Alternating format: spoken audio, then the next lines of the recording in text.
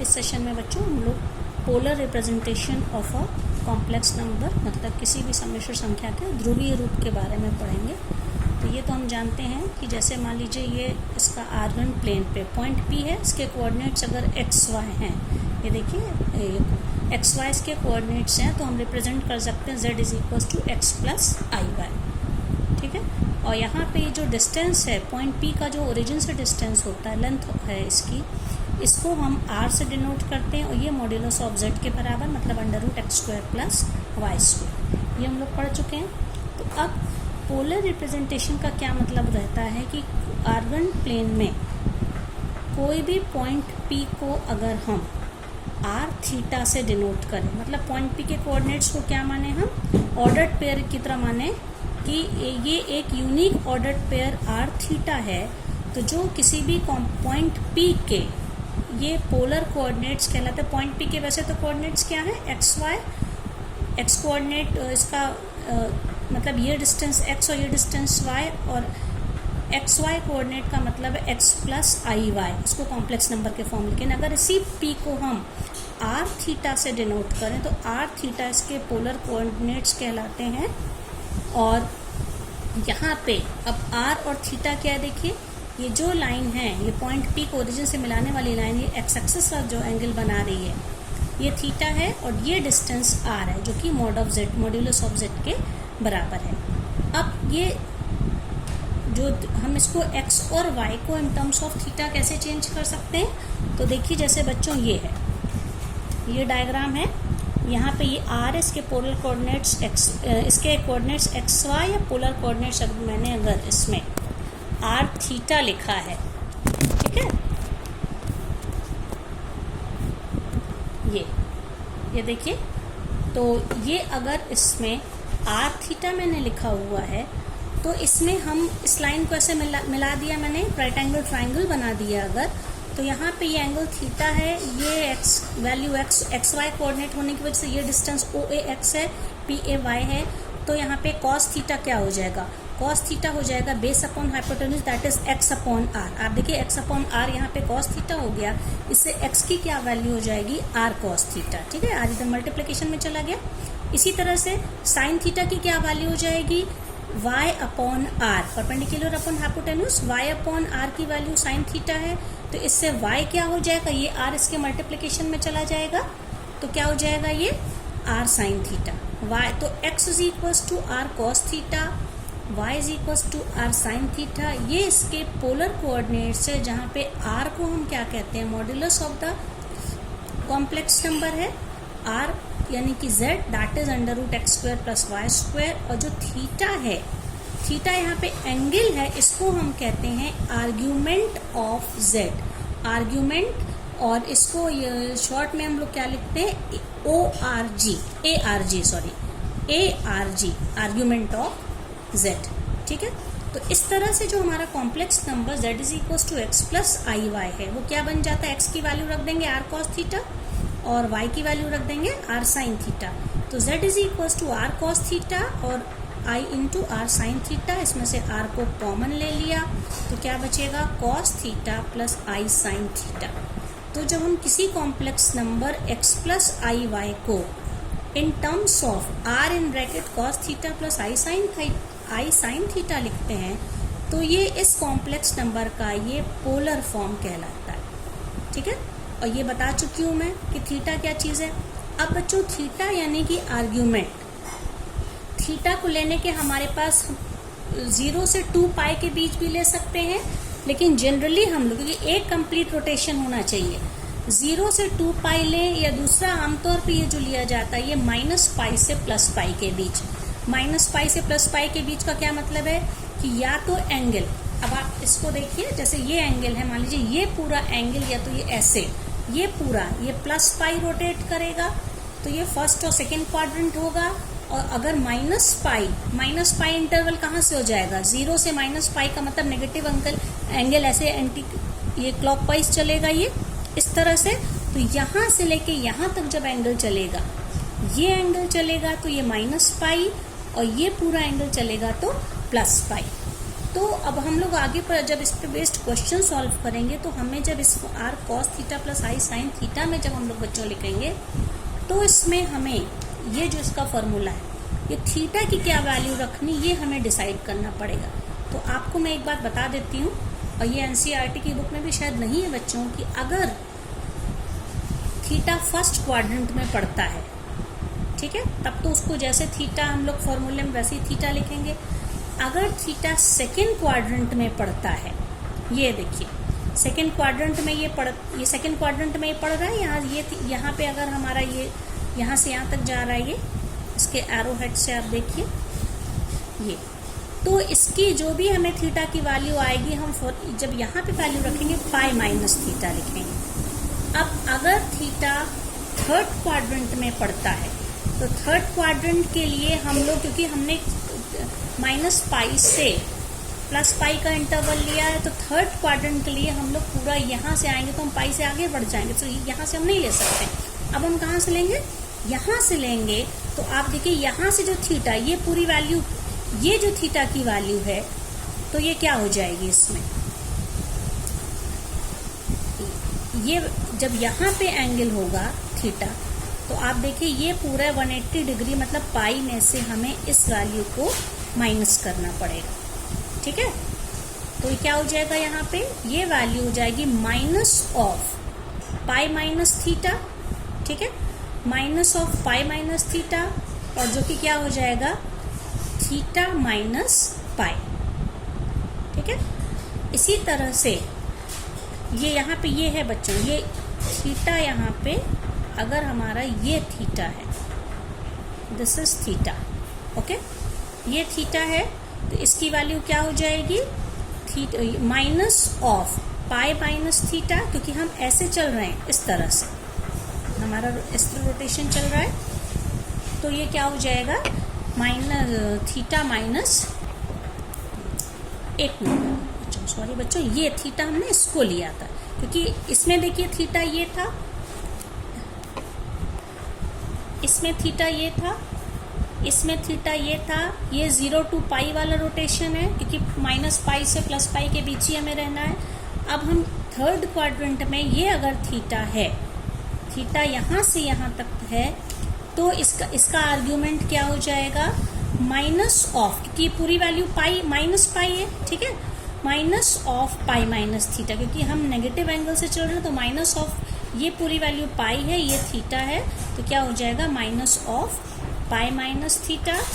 इसी तरह से यहाँ पे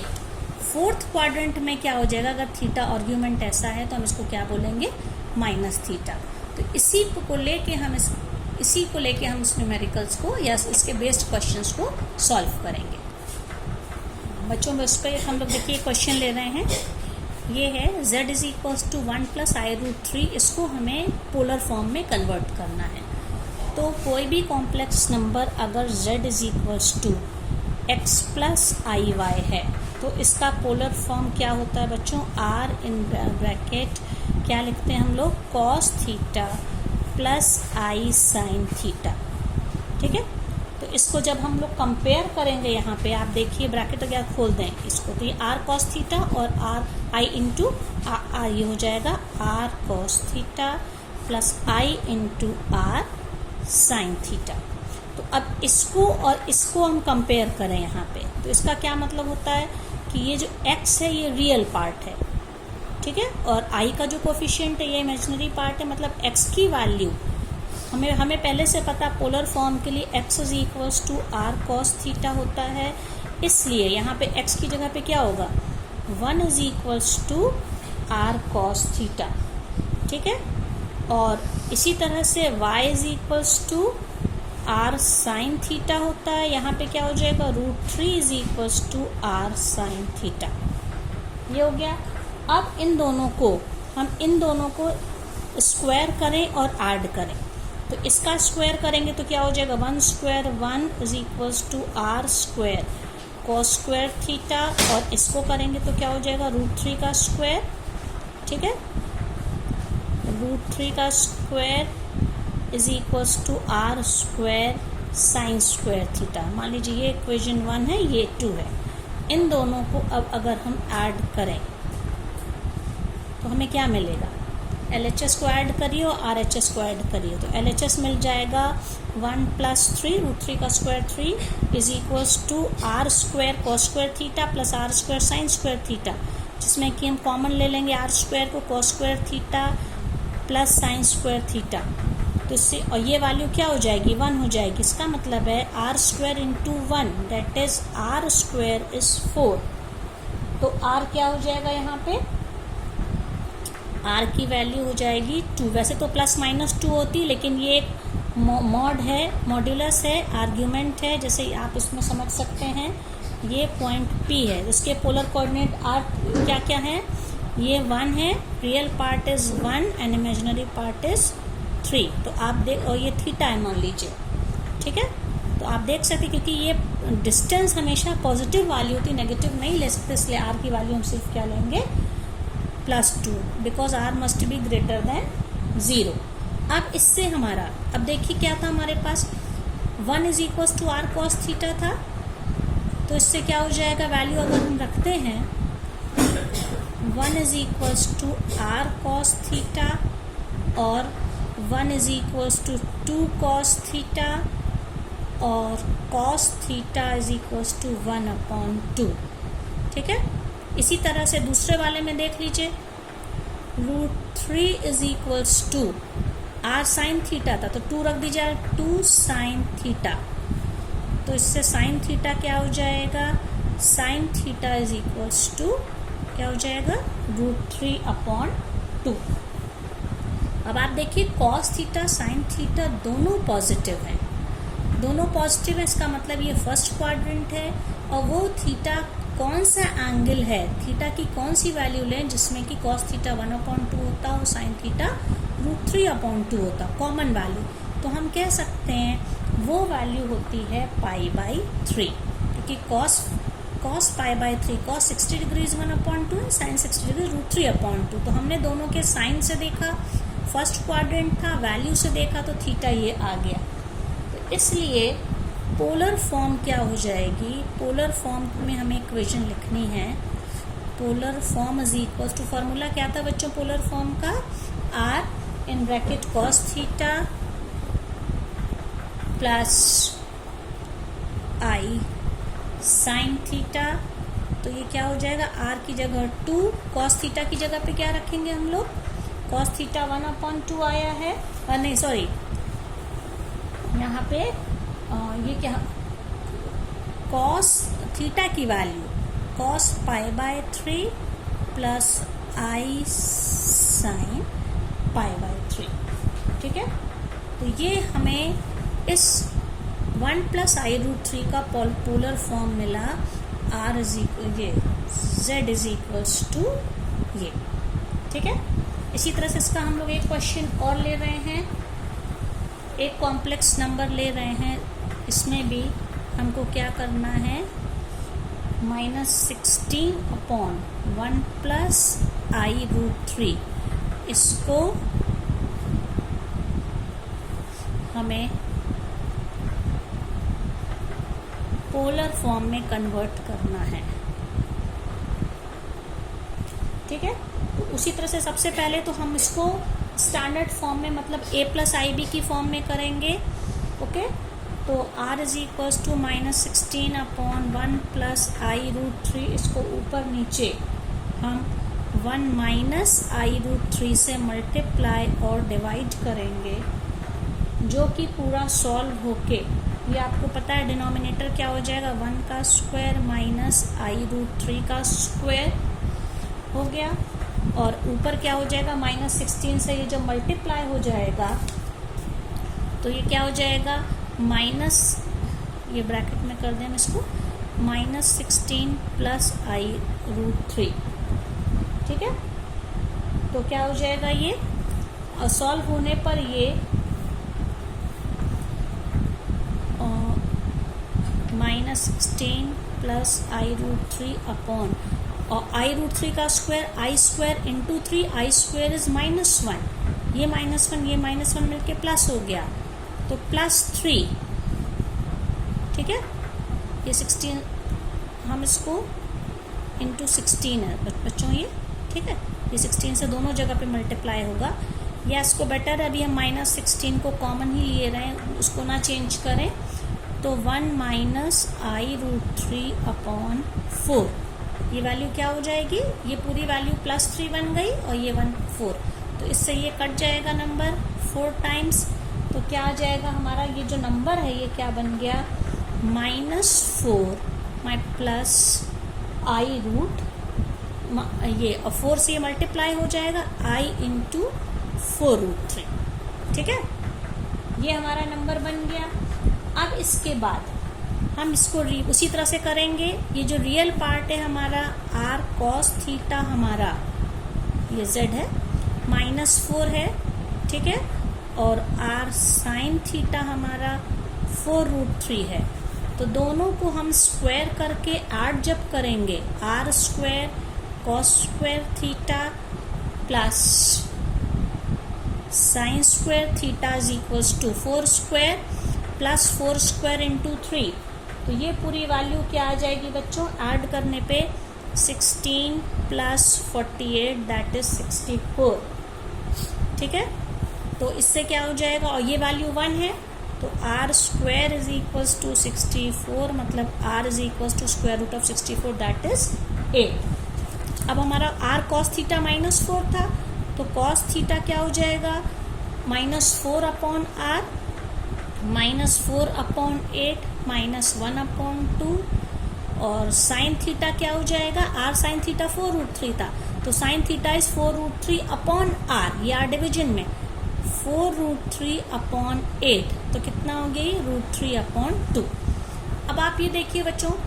cos थीटा नेगेटिव है, साइन थीटा पॉजिटिव है, इसका क्या मतलब हुआ कि जो हमारा आर्ग्यूमेंट है वो किस में है, सेकेंड क्वाड्रेंट में है, ठीक है, और सेकेंड क्वाड्रेंट के लिए मैंने क्या बताया था आपको, 2 तरीका इसको करने का है। सेकेंड क्वाड्रेंट में ये एंगल है, और ये कौन सा एंगल है जिसके लिए कि सेकेंड क्वाड्रेंट के लिए मैंने जो बताया था आपको,